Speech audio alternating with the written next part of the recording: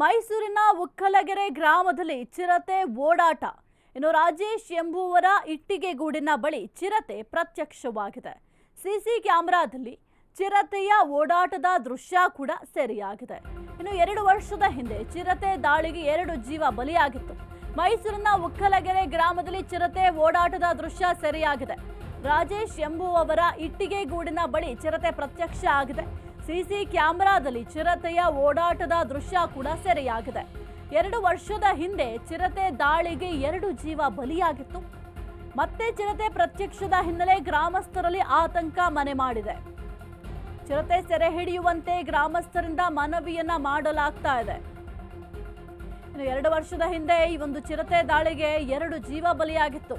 ಮತ್ತೆ ಈಗ ಚಿರತೆ ಕಾಣಿಸ್ಕೊಂಡಿದೆ. ಅದು ಕೂಡ ರಾಜೇಶ್ ಎಂಬುವವರ ಇಟ್ಟಿಗೆಗೂಡಿನ ಬಳಿ ಈ ಒಂದು ಚಿರತೆ ಪ್ರತ್ಯಕ್ಷ ಆಗಿದೆ.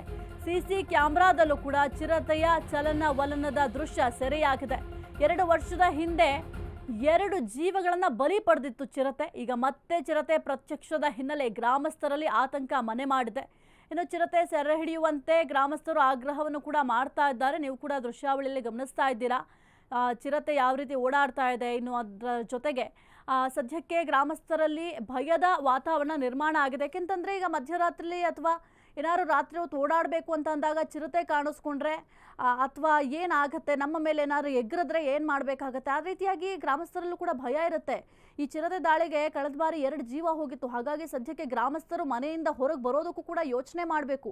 ಇನ್ನು ಹೊಲಗಳಿಗೆ ಹೋಗಬೇಕಾಗತ್ತೆ, ಜಮೀನುಗಳಿಗೆ ಹೋಗಬೇಕಾಗತ್ತೆ, ಬೇರೆ ಆಪ್ಷನ್ ಇರೋದಿಲ್ಲ. ಯಾಕೆಂತಂದರೆ ರೈತರು ತಾವು ಬೆಳೆದಂತಹ ಬೆಳೆಯನ್ನು ಕಾಪಾಡ್ಕೊಳ್ಬೇಕಾಗತ್ತೆ. ಹಾಗಾಗಿ ಜಮೀನಿಗೆ ಹೊಲಗಳಿಗೆ ಹೋಗಬೇಕು ಅಂತಂದರೆ ಈಗ ಭಯದಲ್ಲೇ ಹೋಗಬೇಕಾಗಿದೆ. ತಮ್ಮ ಜೀವವನ್ನು ಕೈಯಲ್ಲಿ ಹಿಡ್ಕೊಂಡು ಹೋಗುವಂತಹ ಪರಿಸ್ಥಿತಿ ಆ ಒಂದು ಗ್ರಾಮದಲ್ಲಿ ನಿರ್ಮಾಣ ಆಗಿದೆ. ಉಕ್ಕಲಗೆರೆ ಗ್ರಾಮದಲ್ಲಿ ಆಗಿರುವಂಥದ್ದು. ನೀವು ಕೂಡ CCTV ಕ್ಯಾಮ್ರಾದಲ್ಲಿ ನೋಡ್ತಾ ಇದ್ದೀರಾ ಯಾವ ರೀತಿ ಚಿರತೆ ಕಾಣಿಸ್ಕೊಳ್ತಾ ಇದೆ ಅಂತ. ಚಿರತೆಯ ಚಲನವಲನದ ದೃಶ್ಯ ಈ ಒಂದು CC ಕ್ಯಾಮ್ರಾದಲ್ಲಿ ಸೆರೆಯಾಗಿದೆ. ರಾಜೇಶ್ ಎಂಬುವರ ಇಟ್ಟಿಗೆಗೂಡಿನಲ್ಲಿ ಈ ಒಂದು ಚಿರತೆ ಪ್ರತ್ಯಕ್ಷ ಆಗಿರುವಂಥದ್ದು.